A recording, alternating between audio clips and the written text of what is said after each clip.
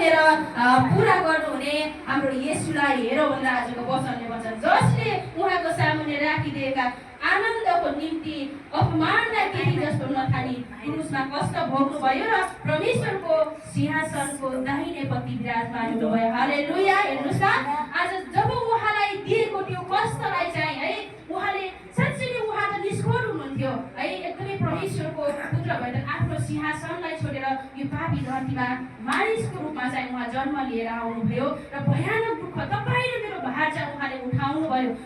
सहनै नसक्ने कष्ट चाहिँ उहाँले सहनुभयो कि तपाईँ र मेरो निम्ति चाहिँ है। एकदमै उहाँ क्रुसमा तामिँदा उहाँलाई कति गाह्रो भयो होला, उहाँलाई कतै नगरेको अपमानहरू उहाँको जीवनमा आइपर्दा उहाँलाई कस्तो गाह्रो भयो होला है। तपाईँ र मेरो निम्ति चाहिँ त्यो कुटाइहरू एकदमै कोडाको चोटहरू खाँदै गर्दाखेरि उहाँलाई कस्तो भयो होला। त्यो येशूलाई चाहिँ हेरौँ, त्यो येशूलाई सम्झ भनेर आजको वचनले भन्छ। तपाईँ र मेरो जीवनमा त्यो समस्या छ गरे भने चाहिँ सबैभन्दा अगाडि के भन्छ त, येशूलाई हेरौँ है, हाम्रो येशूलाई हेरौँ। विश्वास सुरु गर्नुहुने र पुरा गर्नुहुने हाम्रो येशूलाई हेरौँ, जसले चाहिँ आफ्नो अपमानलाई चाहिँ केही जस्तो नठानी क्रुसको कष्ट भोग्नुभयो। हालेलुया। र परमेश्वरको सिंहासनमा को दाहिनेपट्टि विराजमान हुनुभयो। हेर्नुहोस् त, तपाईँ र मलाई वचनले आज साँच्चै नै सान्त्वना दिन्छ, साँच्चै नै हाम्रो जीवन जिउनको निम्ति साहस अनि शक्ति दिँदछ है। साँच्चै नै उहाँले त्यो कष्टलाई केही जस्तो नठानी सहनुभयो, त्यो मृत्युसम्म उहाँ जानुभयो र जुन परमेश्वरले दिनुभएको त्यो दौडानलाई उहाँले पुरा गर्नुभयो। तपाईँ र मैले पनि आज हाम्रो प्रभुले दिनुभएको त्यो विश्वासको दौडानलाई चाहिँ ढिलो साथ एकदमै तिम्रो दौडानमा तिम्रो दौड भनेर आजको वचनले तपाईँ र मलाई भन्छ है। हामी कतै थाक्दै छौँ कि, हामी कतै है निराशामा छौँ कि, आजको वचनले तपाईँ र मलाई चाहिँ हेर्ने सान्त्वना दिन्छ। हामी यसै गरी फेरि हेर्छौँ है, यूहन्नाको पुस्तकलाई हामी हेर्नेछौँ। यसै गरी हामी फेरि पनि यही पुस्तकमा हामी फेरि किताबलेछौँ, 3 अध्याय पढ्नेछौँ।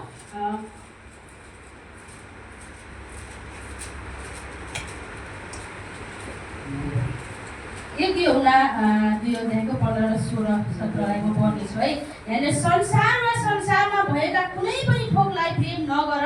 यदि कुनै मानिसले संसारलाई प्रेम गर्दछ भने पिताको प्रेम त्यसमा हुँदैन, किनकि संसारमा भएका सबै थोक अर्थात् शरीरको अभिलाषा, आँखाको अभिलाषा, जीवनको सेकी पिताबाट आएको होइन, तर संसारबाट आएका हुन्। संसार बिति जान्छ र त्यसको अभिलाषा पनि बिति जान्छ, तर परमेश्वरको इच्छा पूरा गर्ने चाहिँ सधैँको निम्ति रहिरहन्छ। हालेलुया।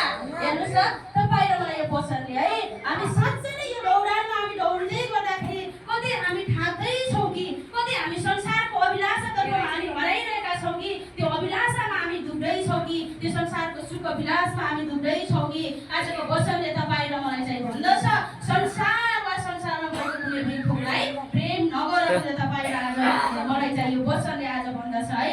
संसारको थोकलाई प्रेम नगर है। संसारमा भएको थोकलाई प्रेम गर्दछौ भने पिताको प्रेम त्यसमा हुँदैन, किनकि संसारमा भएका सबै थोक अर्थात् शरीरको अभिलाषा, आँखाको अभिलाषा, जीवनको सेकी पिताबाट आएको हुँदैन, तर संसारबाट आएका हुन् भनेर भन्छ है। त्यो संसारको अभिलाषा चाहिँ कतिखेर बितेर जान्छ, कतिखेर सेलाएर जान्छ हामीलाई थाहा हुँदैन। संसारको मानिसलाई विश्वास गर्छौँ भने चाहिँ त्यो मानिस कतिखेर बदलिएर जान्छ हामीलाई थाहा हुँदैन, तर हामीले सबैभन्दा महत्त्वपूर्ण कुरा हामीले कसलाई हेर्नु पर्यो, हाम्रो येशूलाई हेरौँ भनेर आजको वचनले तपाईँ र मलाई भन्छ है। त्यो संसारको अभिलाषा, त्यो धन सम्पत्ति एकैछिनमा हराएर जान्छ। आज तपाईँ र मसँग त्यो पैसा छ, भोलि हेर्छौँ गऱ्यो भने त्यो पैसा कहाँबाट आएको त्यही ठाउँमा जान्छ, हामीसँग हुँदैन है। आज साँच्चै नै त्यो सुख विलासलाई हामी हेर्छौँ गऱ्यो भने हामी सुख शान्तिमा हामी बसेका छौँ होला आजको समयमा, तर भोलिको समयमा त्यो कता हराएर जान्छ तपाईँ र मलाई थाहा हुँदैन है।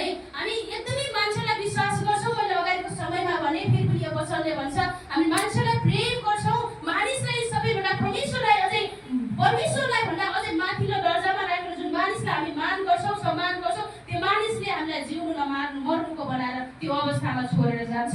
तर चाहिँ हामीले त्यो मानिसलाई होइन, तिमीहरूले चाहिँ येशूलाई हेर भनेर आजको वचनले भन्छ। हालेलुया है। तपाईँ र मलाई चाहिँ आजको वचनले भन्छ, म धेरै लामो खण्ड आजको वचनमा मैले लिएको छैन, मलाई एउटा मात्रै वचनले यहाँनिर छोड्यो कि येशूलाई हेर है। हामी भजन पनि गाउँछौँ है,